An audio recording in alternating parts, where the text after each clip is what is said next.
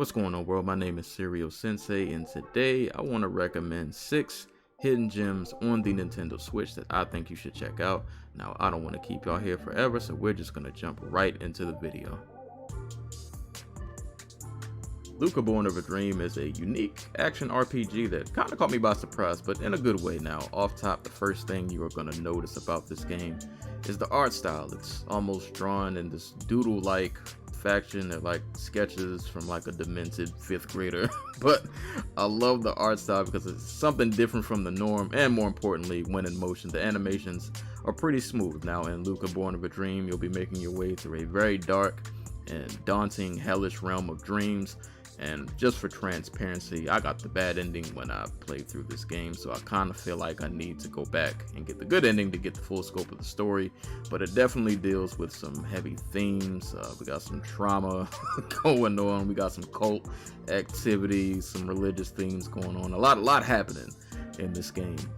And on the gameplay front, importantly, Lucah actually is a lot more deeper than you would think it would be. It has some Souls-like elements that you'll probably be familiar with. Things like having a stamina meter and a magic meter that you'll have to keep an eye on. But what I really did like was the level of customization. Your attacks are customizable. So you have a short, mid, and long range attacks, and you can kind of play around with them. You can kind of create your own combos and just kind of figure out what works for you and your play style. And you also have a little helper homie who assists with the magic abilities, so he can shoot from mid to long range. And kind of as you move throughout the world, you get various upgrades and perks called mantras that you can equip to give your character just certain attributes and advantages depending on the mantra, but you can only equip but so many at a time, so you just kind of need to pick and choose, which ones you think will best suit the situation you're in. I really enjoyed the customization of the combat because it just kind of let me just be free and experiment with different movesets to just kind of figure out what I felt like worked best for me while I was fighting. Now, one thing to keep in mind while you are playing this game, Lucah does operate on a bit of a time limit because your character is marked. And there's this nice little corruption meter that is in the upper right hand corner of your screen that you will notice goes up while you're playing the game, and it goes up even faster when you die. So, no pressure, just don't die. Just don't be like me, because I died a lot on one specific boss. But if you don't be like me, if you're better than me, you'll be okay. You won't have to worry about it. But to be honest, all things, being serious, the corruption meter is actually, I feel like, pretty fair because this game isn't terribly long, so I never felt like the meter was really cheating me out of anything. Me maxing out the meter at 100% was 100% my fault. I should have been better. I should not have let that boss clap me up over and over again. But all in all, man, Lucah Born of a Dream this is a really dope game. It was very unique. It just kind of reminded me of like Undertale fused with like a Soulsborne game, and they had like a little gaming baby. But nah, man, this was something different than what I've been playing from the norm, just from the art style to the themes to just everything, man. This was a really unique experience, and it's a game that I don't really hear many people talk about. So to me, that makes this a true hidden gem on the Nintendo Switch. Shady Part of Me is a game that I just recently finished, so this is actually still pretty fresh in my mind. And what we've got here with Shady Part of Me is a gorgeous puzzle platformer with this dreamy like world design and a gorgeous use of this watercolor art style that they chose to go for. And this is one of those games where I can't really explain much of the story because I feel like it could just kind of spoil it. And also think that the story could be interpreted a few different ways depending on your perspective. But I can say that the game masterfully unravels this narrative, not only with the use of the gameplay, but also the well-voiced narration and the world design. Doing things just like having text randomly pop up on the screen while you're solving the puzzles. It's really just super well done. The puzzles in Shady Part of Me are very unique and clever. They have you play with a young girl, and you're playing as her and also a shadow version of herself. And the shadow version of herself can only operate in the light, while the real version of herself has to stay in the dark. And the game does an amazing job of just having you switch back and forth between both versions of yourself as you guys, or girls let's just say, kind of work in tandem in the light and the dark to kind of help each other solve and get through these puzzles. And it's I really love the concept of this game. And I'll say off top, anybody who follows me on Twitch or just knows me, y'all know puzzles ain't really it's not really my jam. It's not my thing. It's not my ministry. I'm not that good at them. But I had a blast playing this game, man. Just the sheer creativity and the way they had this story and narrative unraveling, it made me want to keep playing even when it got difficult. And the game isn't terribly hard. There were a couple of parts I would say towards the second half of this game that did have me stumped for quite a while. But a good thing that this game has is a rewind feature. So if you find yourself stuck at a certain part, you can just rewind back to the last time you did something right and just reapproach the puzzle with a different strategy and see if you can get it to work out. But man, you can tell the devs just put some love into this game with how amazing these environments are, how creative the puzzles are, and just the overall narrative. I felt the labor of love that went into this game, and I really appreciated it. And on the low, sneaky good soundtrack on the low. Make sure you're paying attention to the tunes in the background. It fits the game perfectly, and it's really good.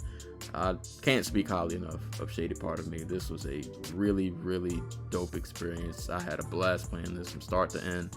And once again, also not a game that's terribly long. You can probably get through this in a few days. And yeah, man, if you enjoy puzzle games and you want something that has just the right amount of challenge, Shady Part of Me is a must play, and you should definitely go check it out. Did you grow up playing games like Punch-Out or Super Punch-Out?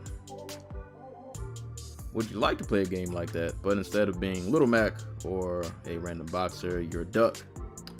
And what if instead of just boxing, there were actual stages to complete? If any of that sounds interesting to you, let me introduce you to Pato Box.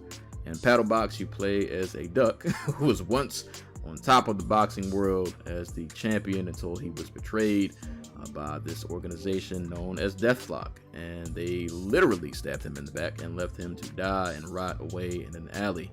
And now the homie Pato Box is back. He is coming back to fight and discover why he was betrayed and who was behind the incident that nearly had him killed while he was back in that alley leaking, about to just pass away into the afterlife. Very dramatic life for a duck. But man, Pato Box is like I said, it's pretty much like a Punch-Out or a Super Punch-Out. So in that vein, this game can be very challenging. You got to use these duck hands. You gotta master your timing. You gotta memorize the patterns of your opponents, and you gotta learn their moves. And you gotta be on your P's and Q's so that you can win these boss fights. And you're just not fighting boxers. You're fighting chefs. It's a lady that got like robots. It's a homie in a sewer with a flamethrower. It's a lot going on in this game, but it's pretty creative. So I enjoyed it, man. And though these fights were extremely challenging, I do appreciate the creativity of the boss fights. Each fight pretty much following a 3-stage formula that you need to get through. But it really pushed me to get good at the game, man. They did not pull any punches, no pun intended. They don't hold your hand, man. They kind of throw you into the fire, man. You got to really be on it to get through some of these boss fights. And now, while Pato Box is clearly inspired, like I said, by games like Punch-Out and Super Punch-Out, I appreciate that they took that formula and they kind of remixed it. They give you actual stages to explore, so you can actually kind of walk around and do things in the stages before you get to the final boss of the area. And the exploration isn't mind-blowing, but you'll be able to talk to NPCs. You actually have to go through like some random hazardous areas. You might have a few enemies to fight or get through. Nothing too crazy, and they got some wild kind of mini games going on. And you can find some documents in the stages that kind of further explain the lore of the story and give you background on the people that you're fighting. Some of them will give you tips and tricks, so make sure you're paying attention to the documents. And now, while with a game like Pato Box, like, you're not playing this for the story, but I do appreciate that they actually put in some effort to tell somewhat of a narrative while you're out exploring these stages. Pato Box had me sweating with some of these boss fights, but it was an enjoyable experience. They took an old formula, an old retro formula, and they remixed it with stage design and gave it some very creative boss fights. And they let me be a duck.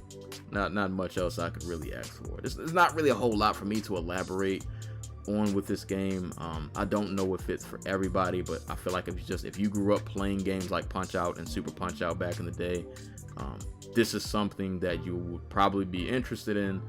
And it'll give you a nice challenge. It'll give you that old school retro feeling, but with kind of a new school spin on it. So if you want to box as a duck, go ahead, check out Pato Box, man. Add that to your library. You probably have yourself a good time.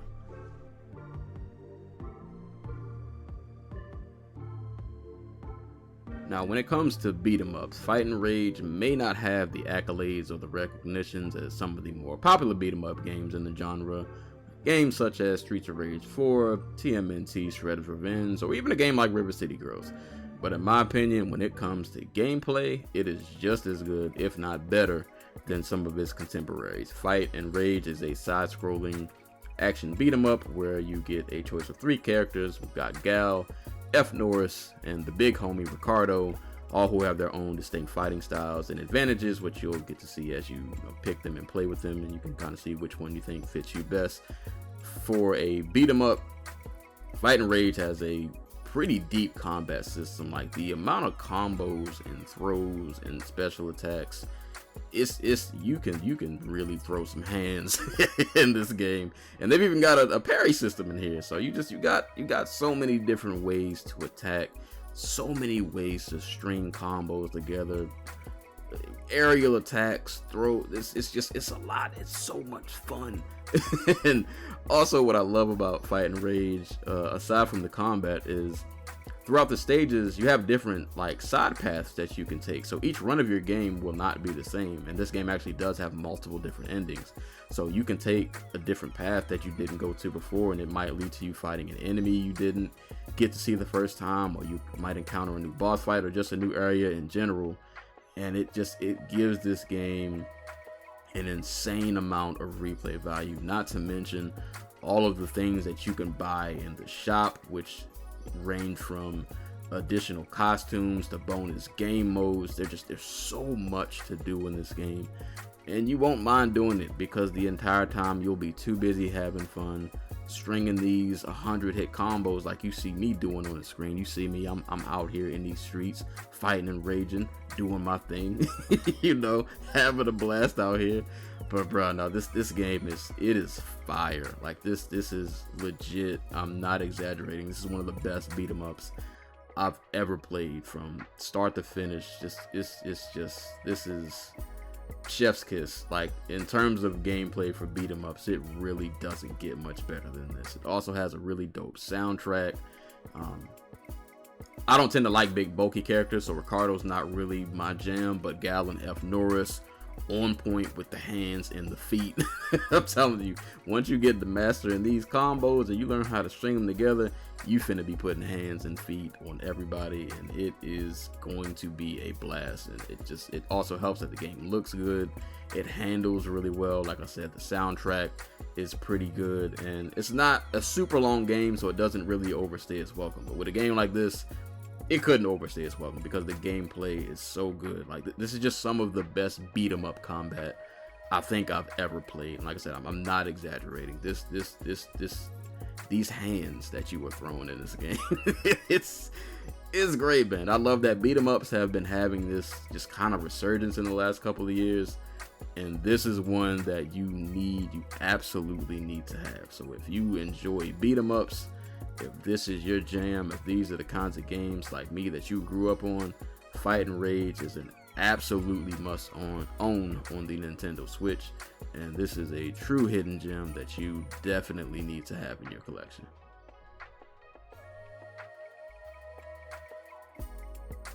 Switching gears to the next game, and a nice little genre switch up, man. We're gonna go with a shoot 'em up. Let's talk about Astebreed. Now, I actually did a full playthrough and a review of this on my channel, so I won't talk about this for too long, but I'll post links to those 2 videos if you are interested. But Astebreed is a fast-paced, high-octane shoot 'em up. Games like this I feel like don't need much of an explanation. You're in a mech, you're flying, everything is moving a mile a minute, and you are dashing, shooting, moving, and grooving, doing cool mech stuff while you're making your way through each level. Astebreed is a pretty short game, but if you enjoy the shoot 'em up genre, you will more than likely play this several times over. See if you can beat your high score. They've got some unlockables, and maybe you just want to play with the difficulty cranked up, or maybe you just want to go back and just blow stuff up and shoot stuff. Sometimes you just want to do that. The controls are tight, they're responsive, which is very important in a game like this where movement is key. Weapon wise, you got a blade for close range, you got your bullets for mid to long range, you got some homing missiles, and a really dope special EX attack that you can use to spin or dash. So depending on how the enemies are arranged on the screen, you can kind of just figure out what move you need to use for each situation and deliver the smoke accordingly. One of my favorite things about Astebreed is I like the camera work, how the camera doesn't just stay stationary from left to right.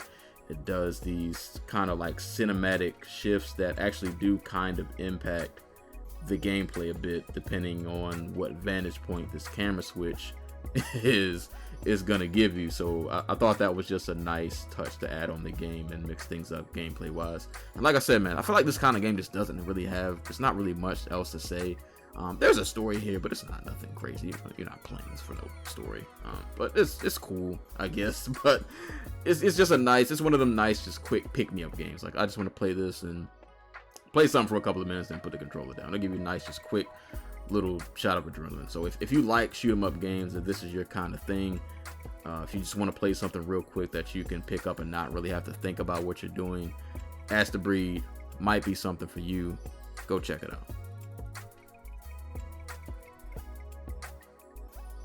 So the last gem that I will mention, and I will mention this as a bit of a rough gem, but a gem nonetheless. I will list this game with a caveat. Maybe get this one on sale. Don't get me wrong, I enjoyed it, and I will leave a link below because I actually reviewed this, so you can check that out if you want to hear my more in-depth thoughts. But the game that I'm talking about is They Always Run. They Always Run is an action platformer that has this really dope mix of kind of cyberpunk, sci-fi, and western all kind of blended into one thing, and it actually works pretty well.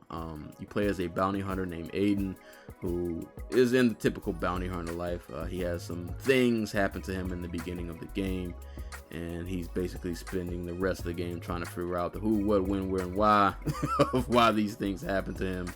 And along the way, he's collected bounties, whether it be capturing people dead or alive. He's uncovering some conspiracies. We've got some cults, and he meets a pretty interesting cast of characters. I actually thought that like the narrative and the story of this game was pretty solid. I wasn't expecting much from it, but I feel like I got more than I thought I was gonna get. So kudos to the devs, man. I thought the story of this was pretty well done. The art style of this game I think is gorgeous. I love these environments, and the environments come into play from when you're going to different planets. You really get the feel of the environments, how every planet does kind of feel different, and it has its own unique look to it.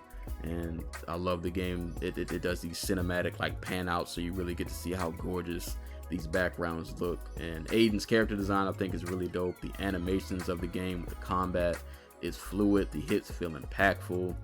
Speaking of the combat, it's very unique in the fact that Aiden has this third robotic arm. So that's a pretty interesting mechanic that you get to use throughout the game. There's a skill tree where you'll be unlocking various moves and abilities. And you're going to be using all the skills. There's a lot of fighting to do in this game, which is a good thing because the combat in this game is really good. The animations, like I said, they're on point. But what's wrong with They Always Run? Well, the Switch version, a little buggy. At one point it had a game-breaking bug, but that has since been fixed. But this game is still a little rough around the edges. The last time I played it, I still encountered just a few random bugs and glitches. Nothing that breaks the entire experience, but there were just enough of them to notice. And the platform in this game, unfortunately for an action platformer, isn't as tight as I would want it to be, so it made some of the platforming sections more frustrating than I feel like they should be. They Always Run is the perfect example of a game that it's what they nailed, they really nailed, but it was still just a little rough. This was a game that just needed a little more polish before they kind of fed it to us. But I still feel like it's worth your time. If you like action platformers, you're gonna have a good time with this. Just accept that every now and again you might encounter a random bug or a glitch. It might be a little annoying, but the action is gonna be fun. The story is gonna be good. The soundtrack's gonna be good. You're gonna have a good time with this. It's just gonna be a little rough around the edges. But like I said, I did a full review of this, so if you want to hear my more in-depth thoughts, you can go ahead and check that out. I will leave a link below. And yeah, man, if you catch this on sale, give this a try. If you like action platformers, this is still worth your time, even though it's a little buggy. But they always run. Dope action platformer, gorgeous looking game, really dope combat. Just a little rough around the edges, but give it a look, man. This is a good gem you could still add to your collection that I think you will have a good time with. This is all I have for today's video. This has been my 6 hidden gems on the Nintendo Switch. Please let me know if you enjoyed this kind of content. It took me a minute to put this video together, so let me know, man. Let me know if y'all want to see more videos like this. I'd be more than happy to do them, but it took a lot of work, so I need to know if this is what y'all like. If y'all want to see more stuff like this, I'd be more than happy to do it, but I just want a little feedback. So leave a comment, like, subscribe, and let me know what hidden gems have you been playing that you've come across on the Nintendo Switch that you think people should check out. That's all I got, man. My name is Serial Sensei. Y'all stay safe, y'all stay hydrated, and I will catch y'all on the next video.